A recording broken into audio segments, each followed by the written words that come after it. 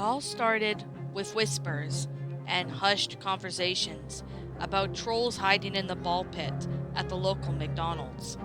For years, children had been disappearing, and no one could figure out where they were going. The play place was suspiciously closed down abruptly one day without any explanation, and no one was brave enough to investigate. One college student, however, was too curious for his own good. He decided to take it upon himself to find out what happened to the McDonald's, to which it had suddenly mysteriously closed down. He snuck into the play place late at night and began to search for answers. As he reached the infamous ball pit, he could feel a cool chill running down his spine. Carefully, the student began to sift through the mass of colorful plastic balls, and to his horror, he discovered something morbid. He was so shocked that he stumbled back and fell, unable to keep himself upright. At the bottom of the pit were piles of little bones, smashed hand, and a single mitten stained with what could be only as dry blood. He realized with a shiver that was what had been unfortunate fate of the missing children. The student raced from the dark play place and has not ventured anywhere near the McDonald's ever since. That day, he could have fell into his fate if that were to be the case. It all started out as a quiet day at the Wendy's on Main Street. Employees behind a counter served up burgers and fries to their normal customers. Little did they know, something sinister was beneath all the food preparation. It was the same routine day after day until suddenly, customers started to have particular behavior. They became agitated, began to act strangely. Then suddenly, customers began to transform right in front of their employees. They started to seem less human, growling and howling like animals. Unbeknownst to the workers, the customers were now becoming zombies. The employees were horrified and had no idea what this was happening. Was it something in the food? Was it something contagious? A virus? They had no answers.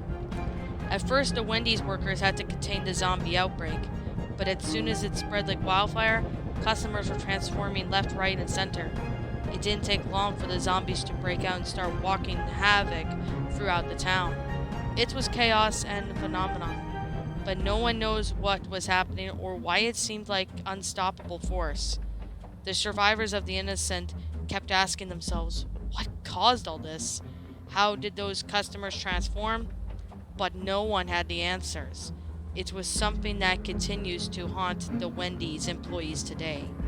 Sometime when they return to the restaurant, they can almost hear the roars and snarls of the zombies, all that once walked in on the floors.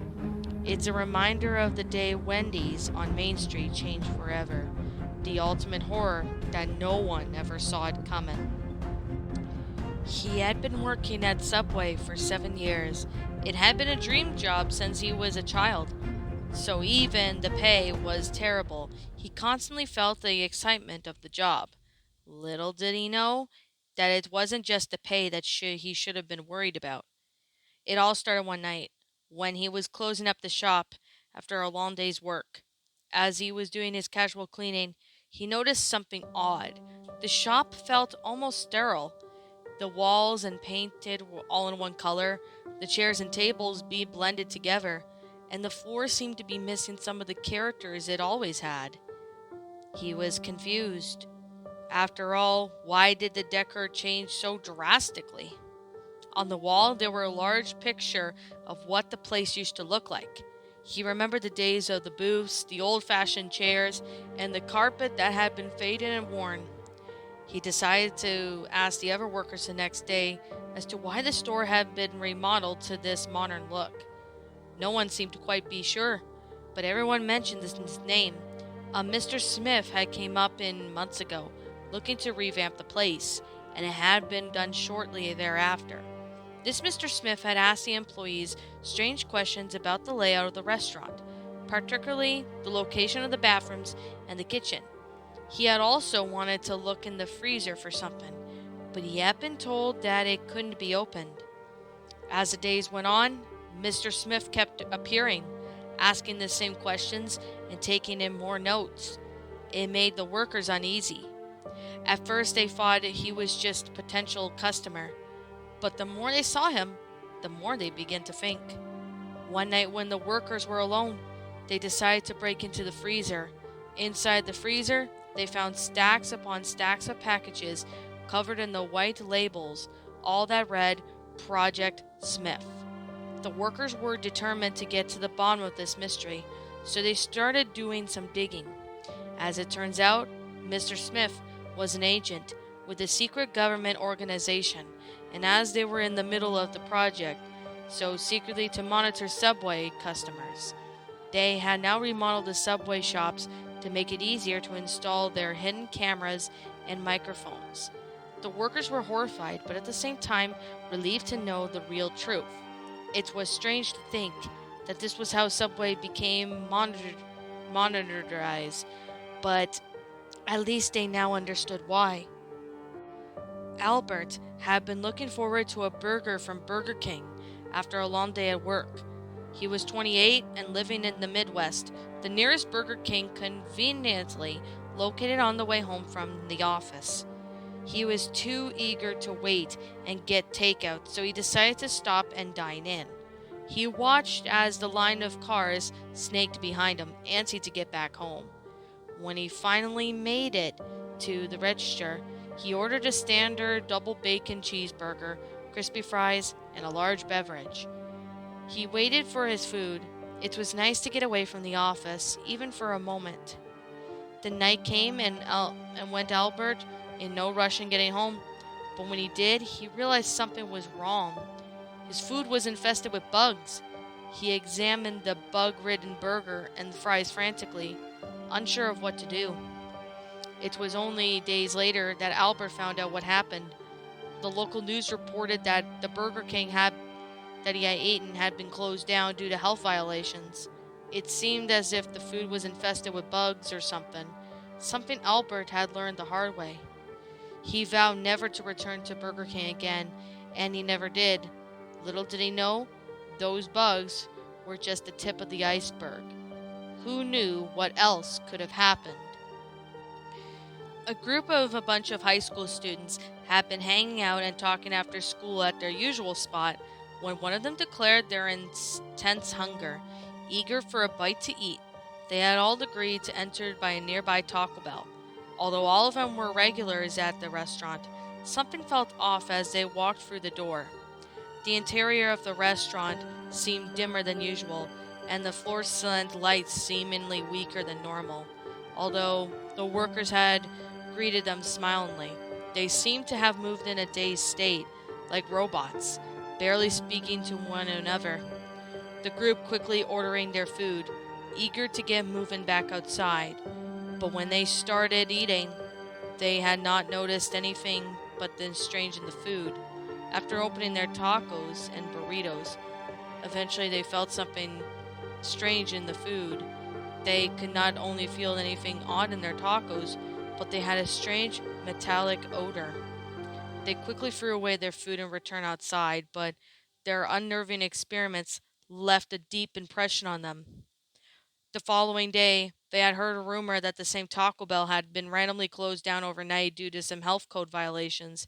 Fearing something darker and more sinister than health violation codes, the group of students trembled when they speculated that the strange metallic odor in the food had been human blood.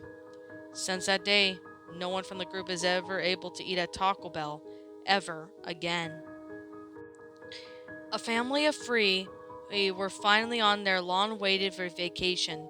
They had been planning it for weeks, coming up with the perfect itinerary and packing the right clothes. When they arrived at their beachside destination, the first thing they wanted to do was try the local Arby's that the hotel they were staying at recommended. As they entered Arby's, there was an unsettling feeling in the air. They immediately noticed something was off. Although the restaurant was fairly empty, the family couldn't help but feel that they were being watched. The uneasy feeling was just so strong that the oldest child, a boy of 8 years old, insisted that they should leave. "Let's just get something from the vending machine," he said, with fear in his voice. But their parents, still determined to enjoy their vacation, decided to stay and proceeded with their order. After they were seated, they noticed the restaurant was now beginning to fill up with more customers. To the family's shock, however, none of the customers seemed to interact with each other or the staff. Instead, they were all just eating their food in complete silence. The family was just about to finish their meal when suddenly the door burst open and an eerie figure ran in. It was a strange man in the old dark gray suit, with a hat that was pulled down too low to see his face. The whole restaurant fell into complete silence as he ran through the place. He headed straight for the family, but before he arrived, he was quickly apprehended by a group of security guards at the door. The family was both relieved and confused. What was that man doing here? And why did so many customers just ignore him? They didn't even have the chance to find out, as the guards escorted him out of the building. Feeling unsettled, the family quickly paid for their bill and headed straight for their hotel. Once in their room, the family recalled the warnings they had heard about the strange occurrences happening in that particular Arby's restaurant. From having food disappear off of plates to customers vanishing, they knew that this was the reason for the unnerving feeling that they had experienced. The family never again returned to that Arby's restaurant, but as they drove away, it seems as if it was kind of the strange figure was still watching them from the shadows.